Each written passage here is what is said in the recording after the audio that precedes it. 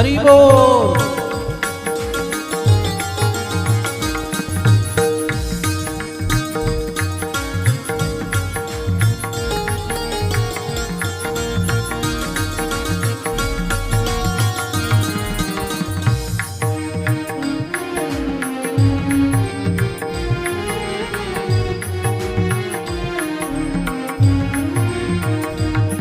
हे पार्वती वल्लभ सदा शिवा, पार्वती वल्लभ सदा शिवा।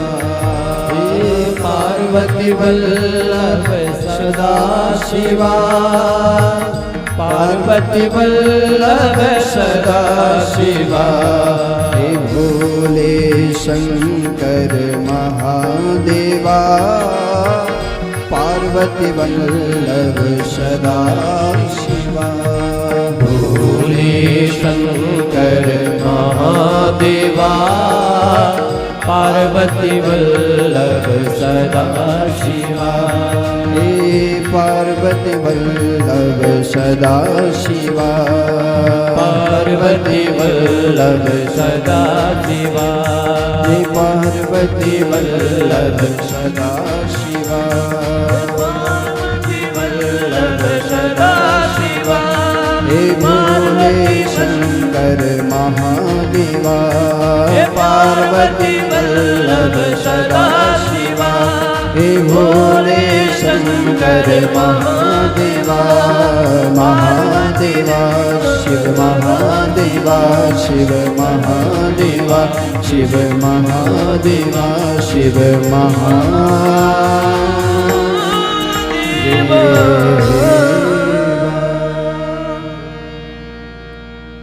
गौरी शंकर भगवान की जय। श्री गणेशाय नमः। श्री सरस्वत्यै नमः। श्री गुरुभ्यो नमः। भगवती गंगायै नमः। श्री मार्कंडेश्वराय नमः। श्री अन्नपूर्णायै नमः। श्री चंडेश्वर्यै नमः। श्री समेश्वराय नमः। श्री नागदेवताय नमः। श्री पंचपांडवेभ्यो नमः। श्री लक्ष्मी नृसिंहदेवताभ्यो नमः। श्री वेदव्यासाय नमः।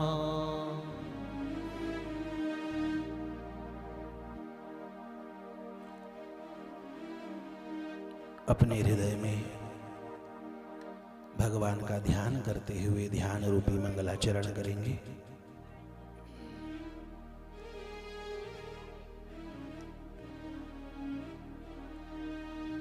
गजाननं भूतगणादिसेवितं कपेध्यजम्बूफलचारुभक्षणम् उमासुतं शोकविनाशकारकं नमामि विघ्नेश्वरपादपङ्कजम्।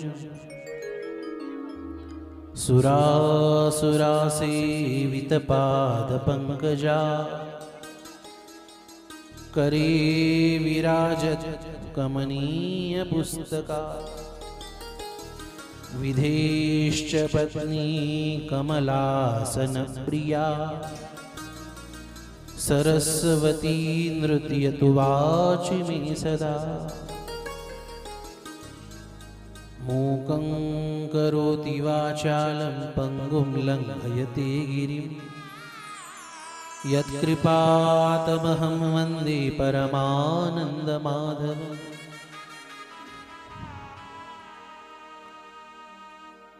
चन्द्रशेखर चन्द्रशेखर चन्द्रशेखर पाहि मां।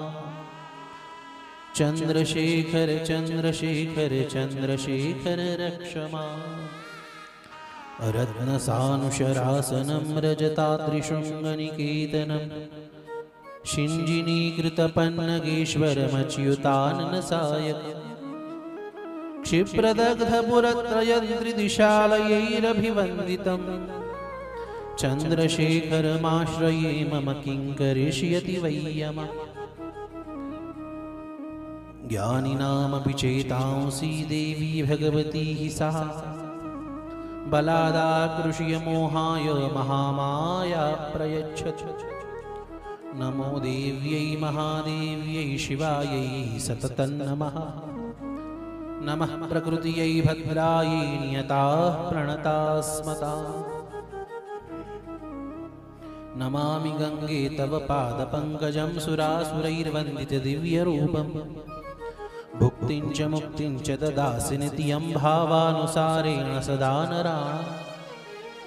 मार्कण्डेय महाभाग सप्तकल्पान्तजीवन आयुरारोग्यैश्वर्यं देहि मे मुनिपुङ्गव। भक्ति भक्त भगवंत गुरु चतुर्नाम वपु एक। तिनके पद वंदन किए नाशत विघ्न अनेक। सदा भवानी दाहिने सन्मुख रहे गणेश। पंचदेव रक्षा करे ब्रह्मा विष्णु महेश। ब्रह्मा विष्णु महेश। नमः पार्वती पतये हर हर महादेव।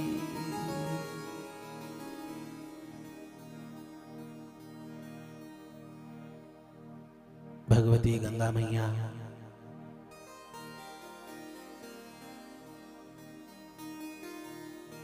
श्री मार्कंडेश्वर जी महाराज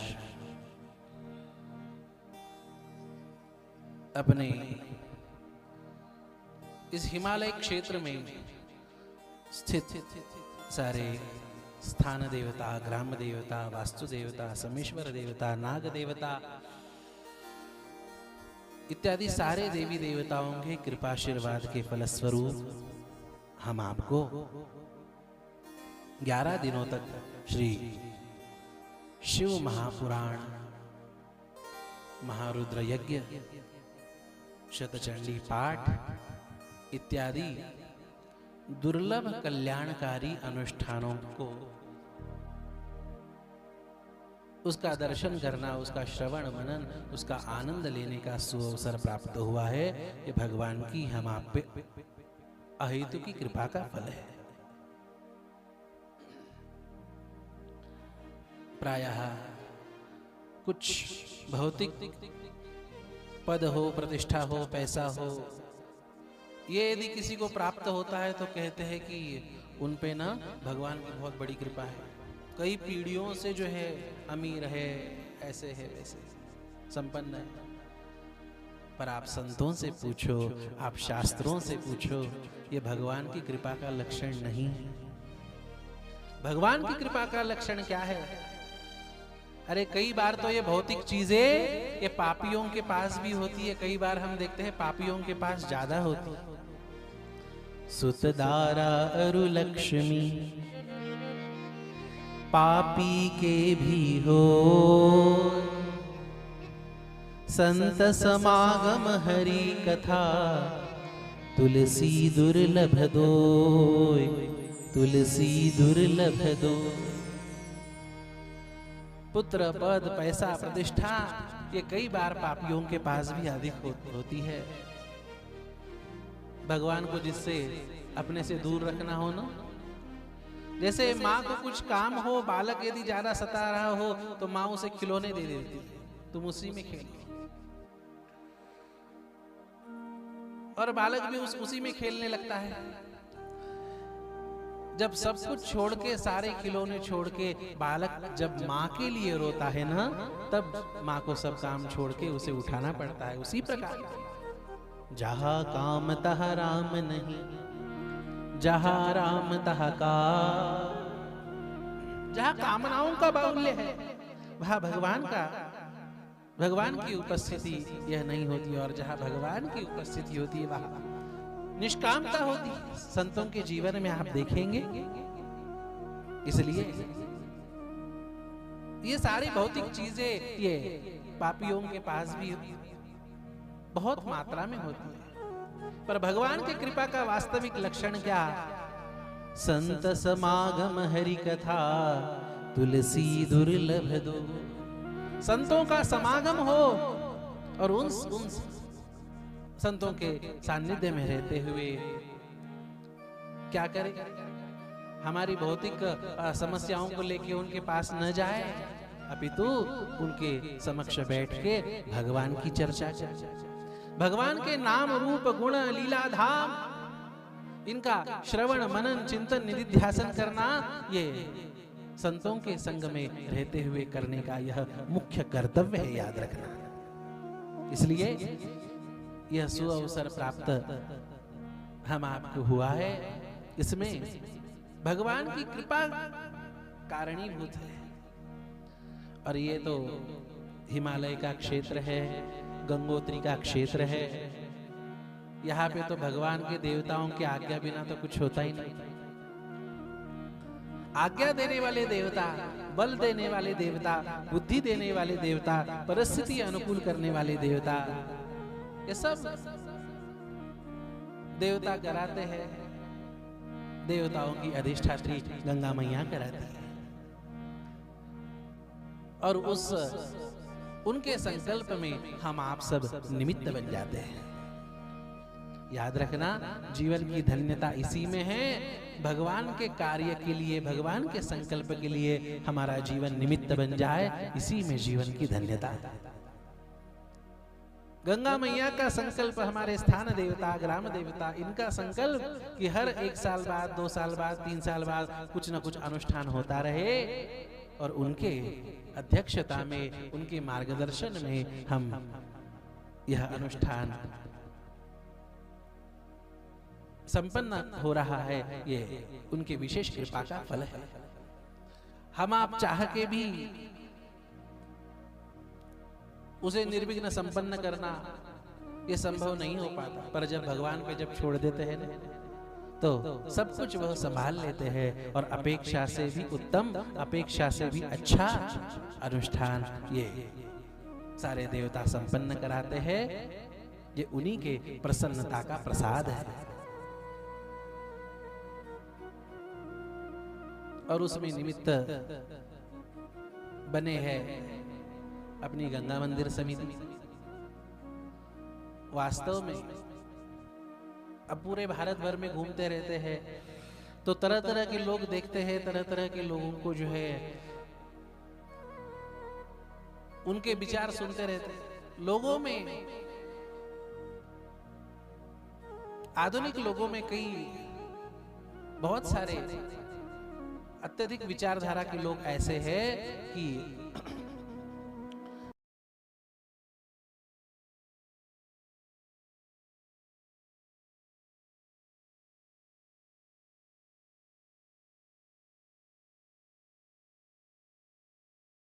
रोजगार के लिए बनाए हैं।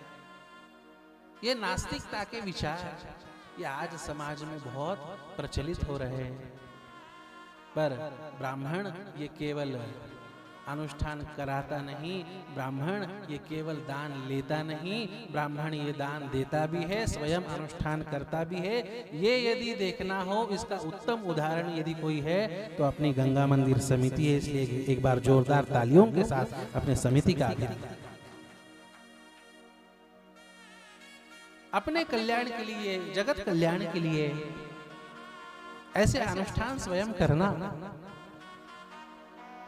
केवल कराना नहीं, स्वयं होके वह करना, ये एक आदर्श समाज के सामने है, याद रखना। और ऐसे भूदेवता ये जब स्वयं यजमान है, ये जब स्वयं इसके आयोजक है, तब उस आनंद का क्या वर्णन करना, क्या बताए।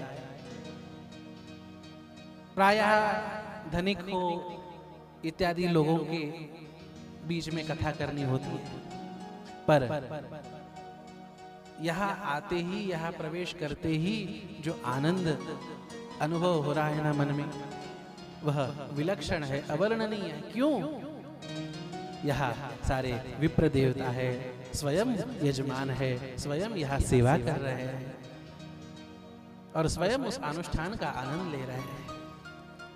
एक तो स्थान की दिव्यता, यजमान भी दिव्य, आयोजक भी दिव्य, सेवा करने वाले भी दिव्य, उसके साथ साथ सुंदर सारे पाठ हो, यज्ञ हो, इन सारे भी अनुष्ठानों का दिव्य आयोजन।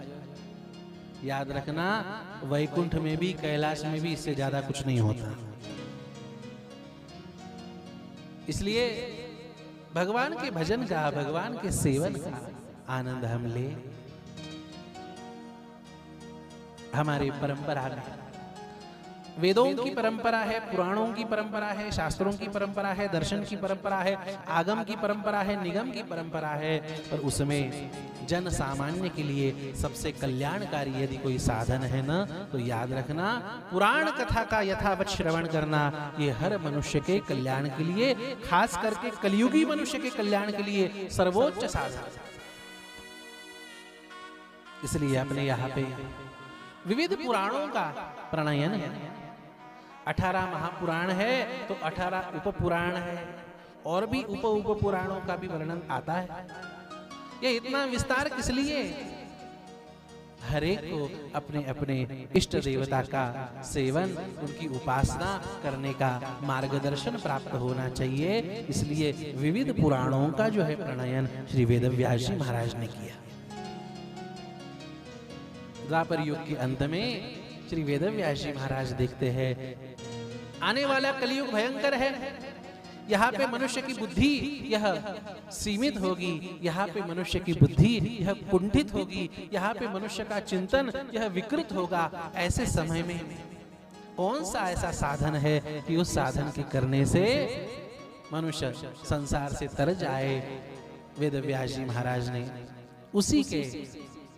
उसी संकल्प से 18 पुराणों की जो है निर्मित की, और उसमें चतुर्थ पुराण यदि कोई है तो उसे तुरीय पुराण भी कहा जाता है, वह यह शिव पुराण है।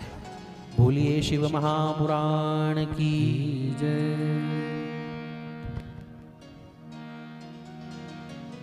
हिमालय ज्ञान की भूमि कहते हैं ना। अब कोई कहीं उपासना की भूमि है, कहीं भक्ति की भूमि है, पर हिमालय जो है ज्ञान की भूमि। और कर्म करते करते करते करते ज्ञान आता है, इसलिए कर्मकांड भी अपने यहाँ पे बहुत होता है। धर्माचरण पहले कर्मकांड किए बिना उपासना कांड और ज्ञान कांड में प्रतिष्ठा हो ही नहीं सकती। वो स्वामी तुलसीदास जी को पूछिए कैसा क्रम है। धर्म ते वीरति जोगते ज्ञाना, ज्ञान मोक्ष प्रद वेद बखान। धर्म ते वीरति जोगते ज्ञाना, ज्ञान मोक्ष प्रद वेद बखान। धर्म कर्म के आचरण से विरक्ति आती है, और उस विरक्ति से योग बढ़ता है, योग जीवन में साध्य होता है, और उस योग से ज्ञान प्राप्त होता है, और उस ज्ञान से मुक्ति प्राप्त होती है। क्रम शुरुआत कहाँ से होती है? धर्माचरण से शुरुआत होती है, कर्मकांड से शुरुआत होती है। इसलिए अपने देवभूमि है, यहाँ तो देवताओं का ये आनंद उनकी भूमि है, लीला भूमि है, देवताओं की नित्य लीलाएं चलती रहती हैं। ऐसे स्थिति में कलियुगी मनुष्य उसका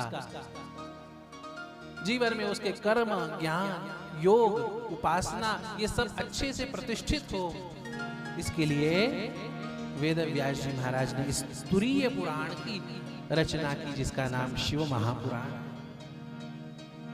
किसी ग्रंथ में केवल भक्ति का वर्णन है, किसी ग्रंथ में केवल योग इत्यादियों का वर्णन है, किन्हीं ग्रंथों में केवल कर्म इत्यादियों का वर्णन है, किन्हीं ग्रंथों में केवल ज्ञान दर्शन इत्यादियों का वर्णन है। पर यदि आपको सबका यदि समन्वय चाहिए तो सबका समन्वय आपको श्री शिव महापुराण में प्राप्त होता है। ये शिव महापुराण की विशेषता है और ऐसा ही है शिव महापुराण।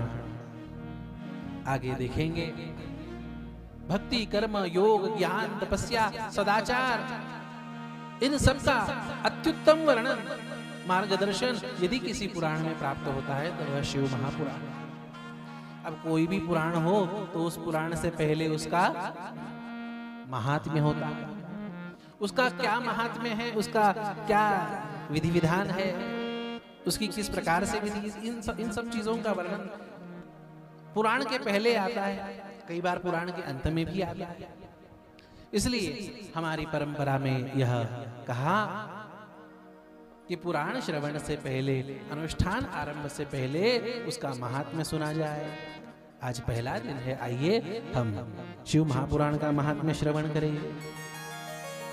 नैमिषारण्य की पावन भूमि, 88,000 शौनकादि ऋषि बैठे हैं और सूत जी महाराज से प्रश्न पूछ रहे हैं। शौनक उवाच, हे सूत महाप्राज्ञ सर्वविद सिद्धांतविद प्रभो, आख्याहि मे कथासारं पुराणानां विशेषतः, सदाचारश्च सद्भिक्तिर्विवेको वर्धते महान्, सविकार निरासश्च सज्जनैः क्रियते कथम्, यदस्ति वस्तु परमं श्रेयसां श्रेय उत्तमं, पावनं पावनानां च साधनं तद्वदाधुना।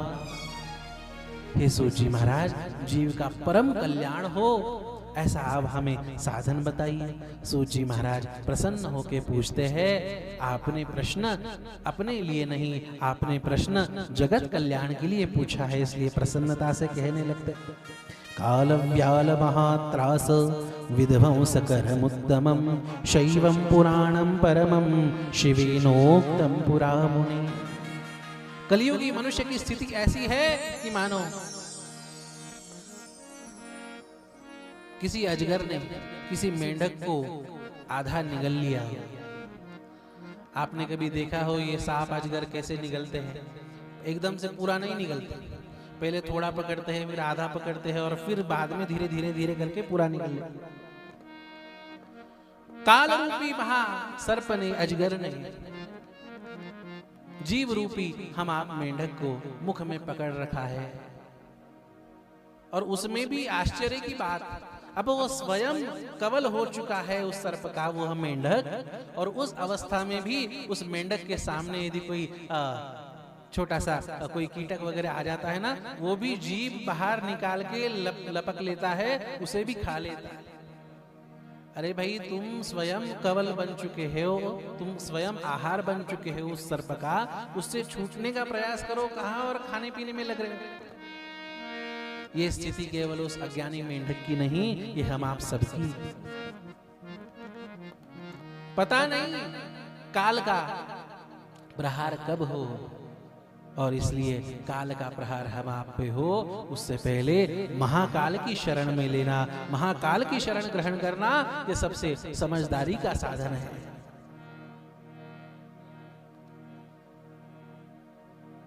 मछुआरे जाल बिछाते हैं, जाल डालते हैं पानी में, तो कोई छूटता नहीं उससे। छोटी सी छोटी मछली हो या बड़ी सी बड़ी मछली हो, वो भी पकड़ी जाती है, पर जो जहाँ पे वो जाल डालने वाला खड़ा होता है, उसके पैरों के पास में जो मछलियां होती है ना, वो पकड़ में नहीं आती, वो जाल में नहीं आती। याद रखना, यह संसार, यह भगवान का ऐसा माया जाल है, और ऐसी उसमें दैवी हेषा गुणमयी मम माया दुरत्यया मामेव ये प्रपद्यन्ते माया में तांदरन्ति। यह माया का जाल है, विश्वंदर्पण दृश्यमाण नगरी तुल्य निजांतर्गतम पश्यन्नात्मनि मायया बहिर्बोधभूतं यथा निद्रया यः साक्षात् कुरुते प्रबोध समये स्वात्मानमेवाद्वयम् तस्मै श्री गुरुमूर्तये नमः इदं श्री दक्षिणामूर्तये श्री दक्षिणामूर्तये। यह विश्व प्रपंच भगवान का फैलाया हुआ है। इस प्रपंच से कौन बच सकता है? जो भगवान के चरणों का आश्रय ग्रहण करता है ना, वही बच सकता है। सूत महाराज कहने लगते हैं सारे साधनों का सार सर्वविध कल्याण करने वाला यदि कोई ग्रंथ है तो वह शिव पुराण का ग्रंथ है। एक बार होता ऐसे है, आसीत् किरात नगरे ब्राह्मणो ज्ञान दुर्बलः दरिद्रो रस विक्रेता वेद धर्म परांमुखः। एक बार एक कांपिल्य नगर में, एक किरात नगर में एक देवराज नाम का एक विप्र था। देवराज इति ख्यातो विश्वस्त जनमंचकः सविपरान् क्षत्रियान् वैश्यान् शूद्रांश्चापि तथा परान्। वो देवराज हर प्रकार के पापों में रत था, बड़ा महापापी था। और एक बार हुआ ऐसे, पुराना जमाना, बाजार लगते थे ना, अलग अलग जगहों पे लोग उठ के कहीं कहीं लगाते थे। तो ये व्यापारियों के टोली में घुस गया चोरी करने के लिए। और एक बार हुआ ऐसे, जीवन भर इस प्रकार से चोरी चकारी करते हुए उसका जीवन व्यतीत हो गया। प्रतिष्ठानपुर जो है वह पहुंच गया एक बार। अब धामों में केवल भगवान ही नहीं होते, धामों में कुंभ हो, मेला हो, केवल साधु संतों की टोलियां नहीं जाती, चोरों की भी टोलियां जाती। जब सीजन शुरू होता है तो आपको क्या लगता है? केवल भगत आते हैं? मांगने वाले भी आते हैं, चोरी वाले भी आते हैं, भेष बदल के आते हैं, चाहे जैसे आते हैं। अब ये जो है ये देवराज घुस गया और उम्र वैसी भी हो चुकी थी, पर उम्र होने के बावजूद भी, धन होने के बावजूद भी, ऐश्वर्य होने के बावजूद भी जीवन में वैराग्य नहीं आया। क्या कारण है? शिव पुराण का बहुत विशेष सिद्धांत है यार। शिव पुराण यह ज्ञान का ग्रंथ है, विवेक का ग्रंथ है, आपके जीवन की दृष्टि बदलने वाला ग्रंथ शिव पुराण। प्राय आजकल शिव पुराण की कथा मतलब क्या हो गई? टोने हो, टोटके हो, शिव जी पे काली मिर्च चढ़ाओ और लाल मिर्च चढ़ाओ, और लाल किताब, काली किताब, उसके टोटके जो है शिव महापुराण की कथा के माध्यम से बताए जा रहे हैं। और लोग कहते वाह क्या कथा हुई। 3 दिन की कथा हो, 5 दिन की कथा हो, 7 दिन की कथा हो, 9 दिन की कथा हो, 11 दिन की कथा हो, रोज के एक श्लोक की भी व्याख्या नहीं करते वो विचार, केवल टोने टोट के बताते हैं और लोगों को लगता है शिव पुराण मतलब यही हो गया। और याद रखना, मूल से पढ़ के, मूल से व्याख्या करते हुए जब आप शिव पुराण सुनेंगे ना, तो आपको इसमें भक्ति, ज्ञान, वैराग्य, कर्मकांड, योग, दर्शन सब कुछ प्राप्त होगा। मुक्ति का सर्वोच्च साधन प्रतिपादन करने वाला पुराण शिव महापुराण। भगवान शिव जी मुक्ति के दाता है। जिसके पास जो होता है ना, वो उसका जो है भंडारा कराता है। अब किसी के पास अन्न धान्य बहुत है तो वो भंडारा चलाता है, किसी के पास जल की अच्छी व्यवस्था है तो वो प्याऊ खोलता है, किसी के पास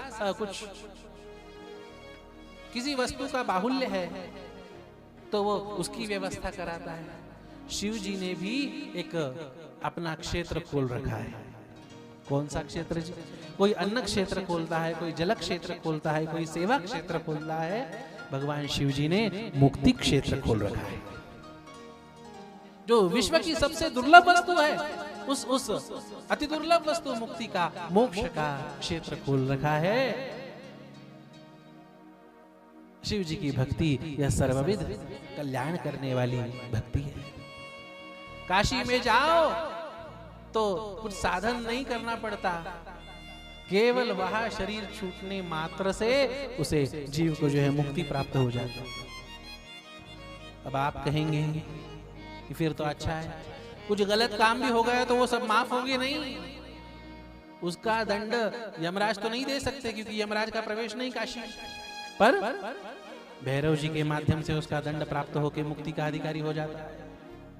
भोले बाबा ने सोचा कि अरे कलियुगी जीव इतने दुर्बल है, कलियुगी जीव इतने सामान्य है कि भैरव जी की यातना सहन नहीं कर पाएंगे, इसलिए कृपा करके भगवान शिव जी काशी से जो है, काशी में तो रहते ही है, वाराणसी में तो रहते ही है, पर वह भैरवी यातना यह न प्राप्त हो, वह भी माफ हो जाए, इसलिए सौम्य काशी की प्रतिष्ठा करते हैं, अपने उत्तर काशी की प्रतिष्ठा करते हैं। वहां शरीर छूटने वाले को तो भैरव जी की यातना भी नहीं प्राप्त होती, केवल अलग अलग शरीर प्राप्त होके उसके कर्मों के, अच्छे कर्म हो बुरे कर्म हो, इनका फल प्राप्त होके भगवान शिव जी के समक्ष प्रस्तुत किया जाता है, और भगवान शिव जी ज्ञानोपदेश करके उस जीव को मुक्त करा देते हैं। भगवान शिव जी मुक्ति के देवता है मुख्यतः। इसका मतलब ये नहीं कि भगवान शिव जी कुछ भौतिक नहीं देते।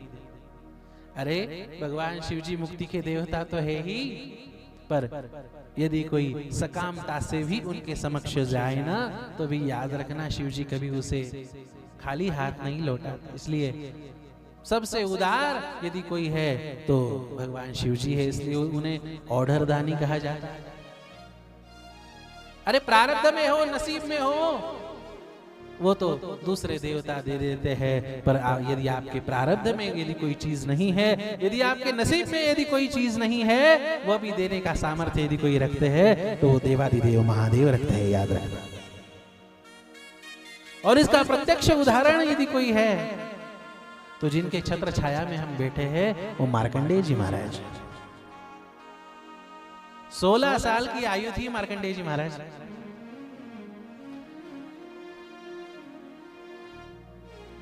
मृकुंडु ऋषि के पुत्र होने के कारण इनका नाम मार्कंडेय।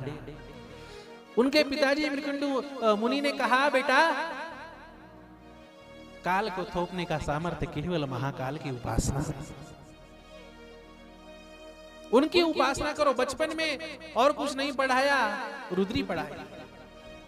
जनेऊ जैसे ही हो गया उसी दिन से नित्य भगवान शिव जी का अभिषेक करें, यह नियम दे दिया। और मार्कंडेय जी महाराज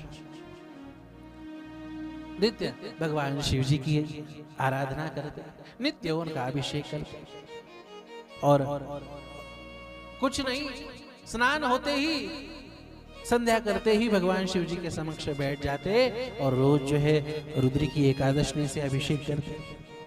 नमस्ते रुद्रमन्य बहुतोतैकवे नमः, बाहुभ्यामुत ते नमः, जाते रुद्र शिवा तनूरघोरा पापकाशी, तया नस्तन्वा शंतमया गिरिशंताभिचाकशी। तन्मय होके जो है भगवान शिव जी का अभिषेक। 15 साल चले गए, 16वां साल आरंभ हो गया। पिताजी ने कहा, बेटा तुम्हारे जीवन का यह जो बता रखा है, ज्योतिषियों ने बता रखा है, ऋषि मुनियों ने बता रखा है, उसके अनुसार तुम्हारे जीवन का अंतिम वर्ष। सावधान हो जाओ, तुम जियो चाहे न जियो, पर भगवान की सेवा करते करते करते भी यदि चले जाओ ना, यदि गुजर भी जाओ तो भी याद रखना सदगति ही होगी, मुक्ति ही होगी, कल्याण ही होगा, कल्याण नहीं होगा। नहीं कल्याण कृत कश्चित दुर्गतिं तात गच्छति। बेटा कल्याण ही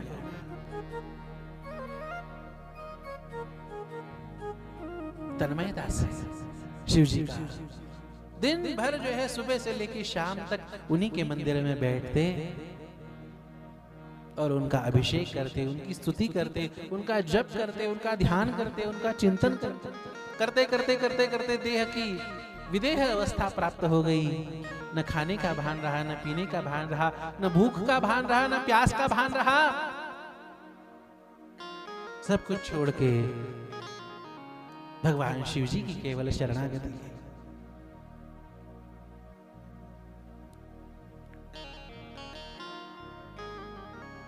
16वां साल पूरा हो गया। यमराज उस छोटे मार्कंडेय को लेने के लिए स्वयं आए। कोई सामान्य पुण्यवान होता है ना, सामान्य लोगों को यमराज अपने गण भेजते, कोई विशेष पुण्यवान हो तो उसके लिए विशेष गण भेजते, और जो महापुण्यवान हो ना उसे लेने के लिए यमराज स्वयं आते। अब ये छोटा मार्कंडेय ये बचपन से इतना पुण्यवान है, यमराज स्वयं आए हैं। देखा शिव जी के पास बैठा है, यमराज ने अपना पाश फेंका। यमराज स्थूल शरीर को तो लेके जाते नहीं, सूक्ष्म शरीर कला को खींच लेते हैं अपने पास से हमेशा। वैसा ही प्रयास यमराज अभी कर रहे हैं। अपना पाश फेंका और मार्कंडेय जी की जीव कला खींचनी चाहिए। मार्कंडेय जी का तन छटपटा रहा था, ध्यान में आ गया। मार्कंडेय जी पुण्यवान थे, यमराज जी का प्रत्यक्ष दर्शन हो गया। ध्यान में आ गया कि आज मेरे जीवन का अंतिम दिन है। शिव जी को पकड़ लिया, पिंडी को पकड़ लिया। महादेव मेरी रक्षा कर। और सुंदर उनके बल पे गरजने लग गए, चंद्रशेखर चंद्रशेखर चंद्रशेखर पाहि मां, चंद्रशेखर चंद्रशेखर चंद्रशेखर रक्ष मां। हे भगवान मेरी रक्षा करो। और यमराज को जो है ललकार रहे हैं, अरे मैंने चंद्रशेखर का आश्रय लिया है, शिव जी का महाकाल का आश्रय लिया है, तुम मेरा क्या ही बिगाड़ लोगे। रत्न सानुशरासनम रजताद्रिशृंग निकेतनम शिंजिनीकृत पन्नगेश्वरमच्युतानन सायकम क्षिप्रदग्ध पुरत्रयंत्र दिशालयैरभिवन्दितम चंद्रशेखरमाश्रये मम किं करिष्यति वै यमः, मम किं करिष्यति वै यमः। अरे मैंने भगवान भूत भावन चंद्रशेखर भगवान का आश्रय लिया है, महाकाल का आश्रय लिया है, काल मेरा क्या ही कर लेगा। कुंडलीकृत कुंडलीश्वर कुंडलम वृषभाहन नारदादि मुनीश्वर स्तुत वैभवं भुवनेश्वर अंधकाश्रममाश्रितामर पादपं शमनान्तकं चंद्रशेखरमाश्रये मम किं करिष्यति वै यमः, किं करिष्यति वै। यमराज क्या ही कर लोगे। जो चंद्र मरणासन्न हो रखा था ना, और उस चंद्र को मस्तक पे धारण करके जिसने सर्वपूज्य बना दिया। वंदे बोधमयन्नितियं गुरुं शंकर रूप यमाश्रितं हि वक्त्रोऽपि चंद्र सर्वत्र वन्द्यते। निंदित गर्हित कर्म किया हुआ चंद्र, क्षय को प्राप्त हुआ चंद्र, मृत्यु को प्राप्त हो रहा मरणासन्न चंद्र, वह भी जिनका आश्रय लेके अमर हो जाता है, सर्वपूज्य हो जाता है, वंदनीय हो जाता है, उस चंद्रशेखर भगवान का मैंने आश्रय लिया। अब कोई ललकारे तो अब किसको गुस्सा ना आए। यमराज को भी गुस्सा आया, पास से जोर से खींचने का प्रयास किया, जोर से शिव जी को उनके पिंडी को पकड़ के, हे भगवान रक्षा करो रक्षा करो कहते हुए मार्कंडेय जी महाराज आवाज लगाते हैं, और भगवान भूत भावन शिव जी वहीं पे प्रकट हो जाते हैं। नमः पार्वती पतये हर हर महादेव। मृत्युंजय भगवान की, महाकाल भगवान की जय। शिव जी प्रकट होते हैं, उग्र रूप में प्रकट होते हैं, अपने भक्त की रक्षा करने के लिए आए हैं ना। भगवान अपना अपराध सह लेते हैं, पर अपने भक्त का अपराध कभी सह नहीं लेते। मेरा छोटा सा बालक भक्त, उसे पीड़ा पहुंचाई जा रही है, क्रुद्ध होते हैं और जोर से यमराज की छाती में लात धर देते हैं। धड़ाम से यमराज नीचे गिर जाते हैं, बेहोश हो जाते हैं। छोटे मार्कंडेय जी का दुलार करते हैं शिव जी। थोड़ी देर बाद यमराज को सुध आ जाती है। यमराज थर-थर कांपने लगता है, कहीं तीसरा नेत्र खोल दे तो यही भस्म न हो जाओ। यमराज क्षमा मांगते हुए कहता है, भगवान ये जो है इसकी आयु इतनी निर्धारित थी। भगवान शिव जी कहते हैं, जो हमारे शरणागत है ना, उसके न आयु का निर्णय तुम्हें करना है, न पुण्य का निर्णय तुम्हें करना है, न पाप का निर्णय तुम्हें करना है, वो सारा का सारा निर्णय मैं स्वयं करता हूं। मेरे भक्त के लिए काल नहीं है, मेरे भक्त के लिए यमराज नहीं है, इसलिए यमराज का प्रवेश भगवान शिव जी के भक्तों को लेने के लिए यमराज नहीं आया।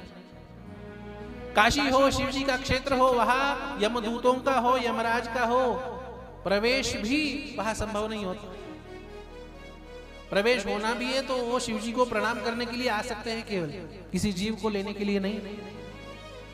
व्यवहार में भी होता है, एक सामान्य कोर्ट होता है जिसमें हम आपका जो है निर्णय होता है, और एक यदि कोई अपराध मिलिट्री वालों से हो जाता है तो फौजियों का अलग कोर्ट होता है।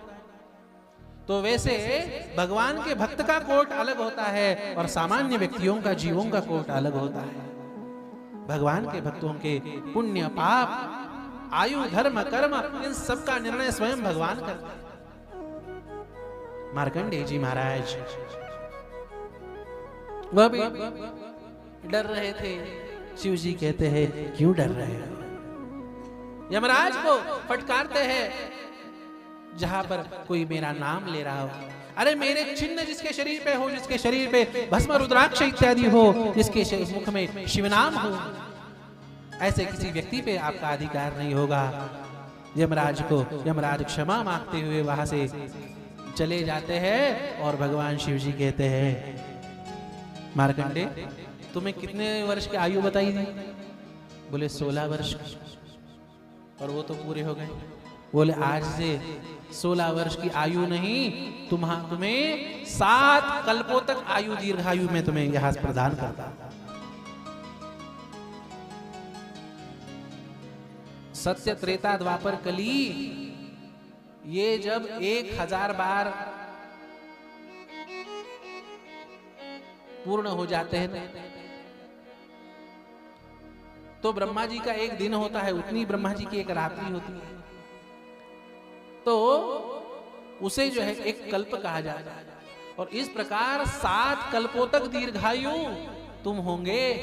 अरे इतना ही नहीं, तुम्हारी जो पूजा करेंगे ना, तुम्हारी जो आराधना करेंगे ना, तुम्हारे जो स्मरण करेंगे ना, वो भी जो है अल्पायु नहीं रहेंगे, वो भी दीर्घायु होंगे। यह वरदान देते हैं, तुम तो अल्पायु रहोगे ही नहीं, पर तुम्हारा आराधन, तुम्हारा स्मरण, तुम्हारा पूजन करने वाले भी अल्पायु नहीं होंगे, दीर्घायु होंगे। इसलिए अपने परंपरा में जन्मदिन का जो पूजन होता है, वर्धापन विधि कहते हैं उसे। तो बाकी सारे जन्म देवता, तिथि, नक्षत्र, वार, करण, योग, संवत्सर, अयन इत्यादि देवताओं का पूजन तो होता ही है, पर उसके साथ साथ सप्त चिरंजीवों का और 8वें स्थान पे मार्कंडेय जी महाराज का भी पूजन होता है। और यही कहा जाता है, मार्कंडेय महाभाग सप्तकल्पांत जीवन आयुरारोग्य ऐश्वर्यम देहि मे मुनिपुंगव देहि मे सप्तैतान् संस्मरेन् नित्यं मार्कण्डेयं तथाष्टमं जीवेद वर्षशतं सागरम् अपमृत्यु विवर्जितः। जिसे लगता है कि हम 100 साल पूरे जिए, उसके लिए बताते हैं कि मार्कंडेय जी का नित्य यदि स्मरण होना तो वो 100 साल पूरा जीता है। इसलिए सप्त चिरंजीवों का स्मरण करने के बाद मार्कंडेय जी का स्मरण करना चाहिए। अश्वत्थामा बलिर्व्यासो हनुमांश्च विभीषणः कृपः परशुरामश्च सप्तैते चिरजीविनः सप्तैतान् संस्मरेन् नित्यं मार्कण्डेयं तथाष्टमं जीवेद वर्षशतं सागरम् अपमृत्यु विवर्जितः। मार्कंडेय जी का नित्य स्मरण यह दीर्घायु प्रदान करता है, यह फल प्राप्त हुआ शिव जी के शरणागति से। और ये लीला जहाँ पे संपन्न हुई उसी स्थान पे बैठ के हम शिव पुराण सुन रहे हैं। इससे बढ़िया कोई भाग्य होगा? अरे समय चला जाए, कुछ भी चला जाए, महापुरुषों के परमाणु कहाँ चले जाएंगे? कहते हैं ना डीएनए छूट जाता है। अरे महापुरुषों की इतने श्रेष्ठ योगियों के जो है वह परमाणु कण ये हमें प्राप्त हो रहे हैं, हमारे जन्म जन्मांतरों का भाग्य है। याद रखना होता यह है अकाल मृत्यु वो मरे जो काम करे चंडाल का, काल उसका क्या करे जो भक्त हो महाकाल का, भक्त हो महाकाल। जो महाकाल का भक्त है, काल का प्रभाव, काल की दाल उस पे गलती नहीं, याद रखना। इसलिए महाकाल की शरण ले, ऐसा सारे शास्त्रों का सार है। गलती से भी यदि शरणागति उनकी ग्रहण हो गई ना तो कल्याण हो जाता है। गलती से भी उनका महात्म्य सुन लिया, उनका पुराण सुन लिया ना तो भी कल्याण हो जाता है। इसका उदाहरण इस देवराज के माध्यम से सूत जी महाराज बता रहे हैं। होता यह है वृद्ध देवराज ये घुस जाता है उस टोली में व्यापारियों की चोरी करने के लिए, और उसे बीमारी पकड़ लेती है। एक अब धामों में हो जिसका कोई नहीं, उसके लिए पुराने जमाने में क्या होती थी जी? धर्मशालाएं होती थी, मंदिर होते थे, पुराना जमाना। अब जिसका कोई नहीं उसकी धर्मशाला है, उसका मंदिर है। अब पुराने जमाने में इतना कमर्शियलिज्म नहीं हुआ होगा। अब एक मंदिर में जो है वह बीमार देवराज पड़ा रहा, और संजोग की बात कि वहां पे शिव महापुराण की कथा चल रही। पुराने जमाने में 4-4 महीनों की कथा होती, 1-1 महीनों की कथा होती। अभी भी कई ऐसे दुर्लभ स्थान है जहाँ पे साल भर की महाभारत इत्यादि ग्रंथों की कथा होती। चातुर्मास का समय था, कथा हो रही थी शिव महापुराण की, और अब ये बीमार देवराज खाट पे पड़ा। इसकी इच्छा नहीं थी, पर इसके कान में शिव पुराण के शब्द पड़े, शिव जी का महात्म्य पड़ा, और हुआ ऐसे उसका प्रभाव। 1 महीने बाद, महीना भर वह सुनता रहा, जीवन का अंतिम महीना वह सुनता रहा। महीने भर बाद बीमारी से उसका शरीर छूट गया, और जैसे ही शरीर छूट गया उसे लेने के लिए यमदूत नहीं आए, साक्षात शिवदूत आए और उसे सीधा कैलाश लोक में लेके चले गए। और वह गलती से शिव महापुराण सुन के उसे कैलाश लोक की प्राप्ति हो गई, वह भी मुक्त हो गया। कैलासनाथ भगवान की, मुक्तिनाथ भगवान की, मुक्ति को प्राप्त हो गया। इसलिए गलती से भी कोई साधन घटित हो जाए तो भी जो कृपा करे ना वो भगवान शिव जी। इस प्रकार भगवान शिव जी का दिव्य महात्म्य, भगवान शिव पुराण, भगवान शिव जी के इस दिव्य पुराण का महात्म्य विस्तार से आया है। 6-7 अध्याय है, और विस्तार से आया हुआ महात्मा भी इतना प्यारा है कि उसका भी संक्षेप करने का मन नहीं हो रहा। इसलिए आज यह पहला अध्याय यहाँ पे अपन संपन्न करते हैं। अगला शेष महात्म्य और मूल मंगलाचरण हो, कथा हो, उसका सुंदर क्रम हम कल से विस्तार से श्रवण करेंगे। आज पहला दिन देवताओं का पूजन हो, यात्रा हो, ये सब करके आए हुए आप सबका उत्साह देख के मन अति प्रसन्न है। सारे देवताओं का आज आवाहन हुआ है, और उन देवताओं की कृपा अगले 11 दिनों तक हम पे हो, इसी प्रार्थना के साथ आज की सेवा यहीं पे विराम करते हैं। आइए भजन करते हुए आज की सेवा को विराम करें। बोलिए शंकर भगवान की जय, गंगा मैया की जय, मार्कंडेय जी महाराज की जय।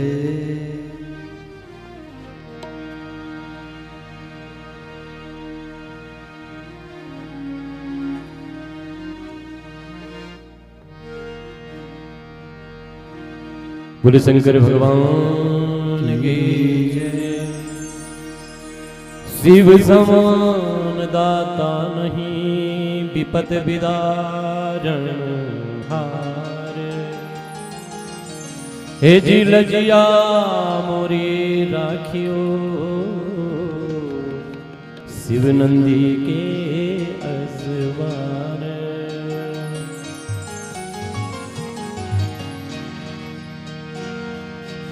भोले तेरा नाम बड़ा प्यारा दुनिया को है तारा तेरे नाम ने, तेरे नाम ने। शिव से बड़ा न कोई जग में, ऐसे अवडर दानी रावण को लंका दी, कुबेर को भंडार दे और खुद बन गए बाबा भिखारी। भोले तेरा रूम बड़ा प्यारा दुनिया को है तारा तेरे नाम ने। तेरा रूप बड़ा प्यारा दुनिया को है तारा तेरे नाम ने, तेरे नाम ने, तेरे नाम ने, तेरे नाम ने। ओ हो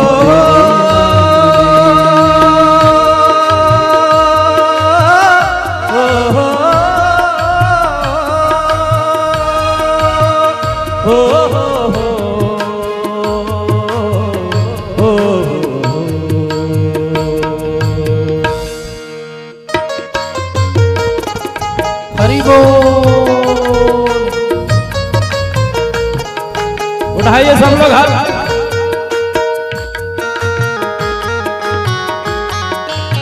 सभी खड़े होके मस्ती के साथ झूमते हुए नृत्य करते हुए भगवान के भजन का आनंद लेते।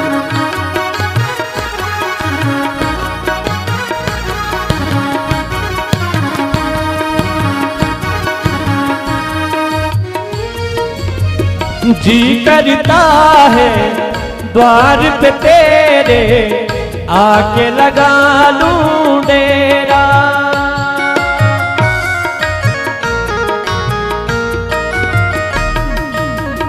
जी करता है द्वार पे तेरे आके लगा लूं डेरा। हर पल तेरा दर्शन पाऊं सांझ हो चाहे सवेरा।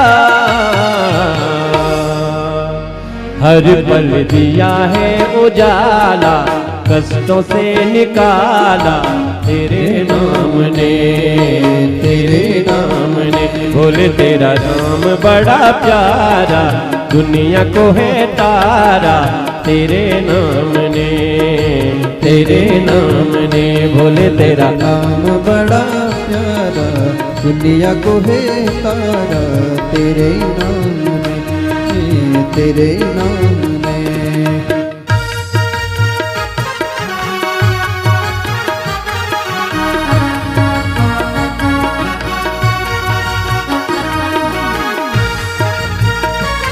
बोल भोले भंडारी की जय हो।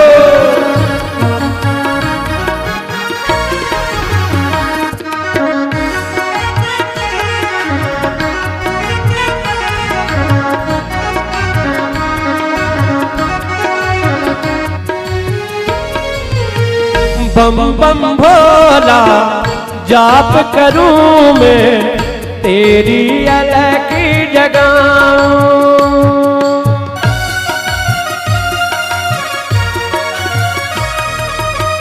बम बम भोला जाप करूं मैं तेरी अलग जगाऊं। तेरे नाम का, तेरे नाम की ओढ़ चदरिया तुझ में ही खो जाऊं। सबको ज्ञान दे दिया, हर वरदान दे दिया।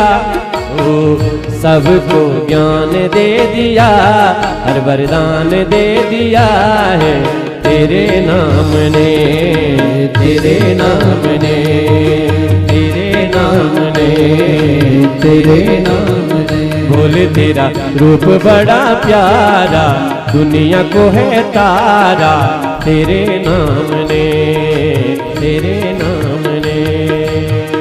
बोले तेरा रूप बड़ा प्यारा, दुनिया को है तारा, तेरे नाम ने, तेरे नाम ने।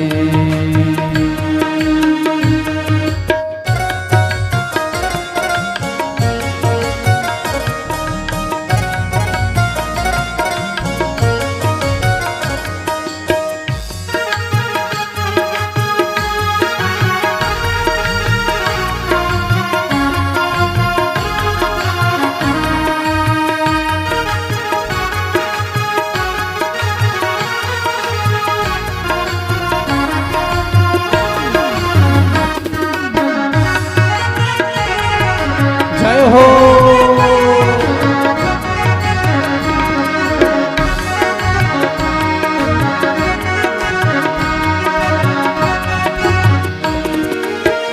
ओ गढ़ बन के तुम रहते हो, तुम हो प्रभु त्रिपुरारी।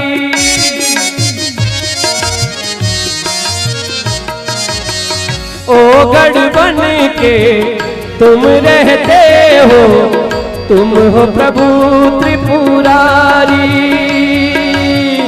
खाली कोई दर से गया ना, तुम हो नाथ भंडारी।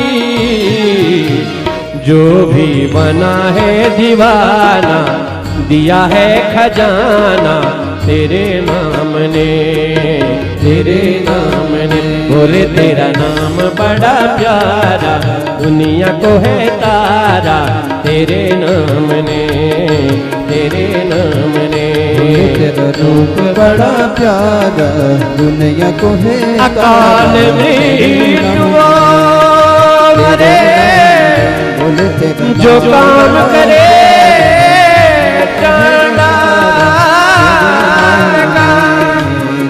काल उसका क्या करे। जो भक्त हो महाकाल का, काल उसका क्या करे। जो भक्त हो महाकाल का।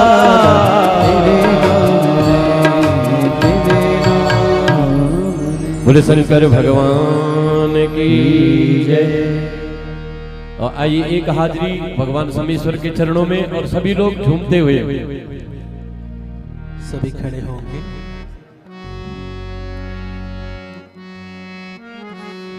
सभी खड़े होंगे और खड़े होके भगवान के भजन का आनंद लेते हुए। बोले सोमेश्वर भगवान की जय।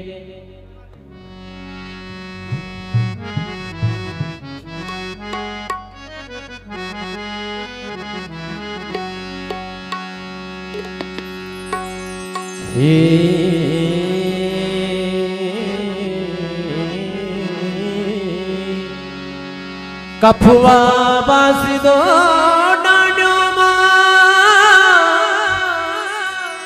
हे समेसरा।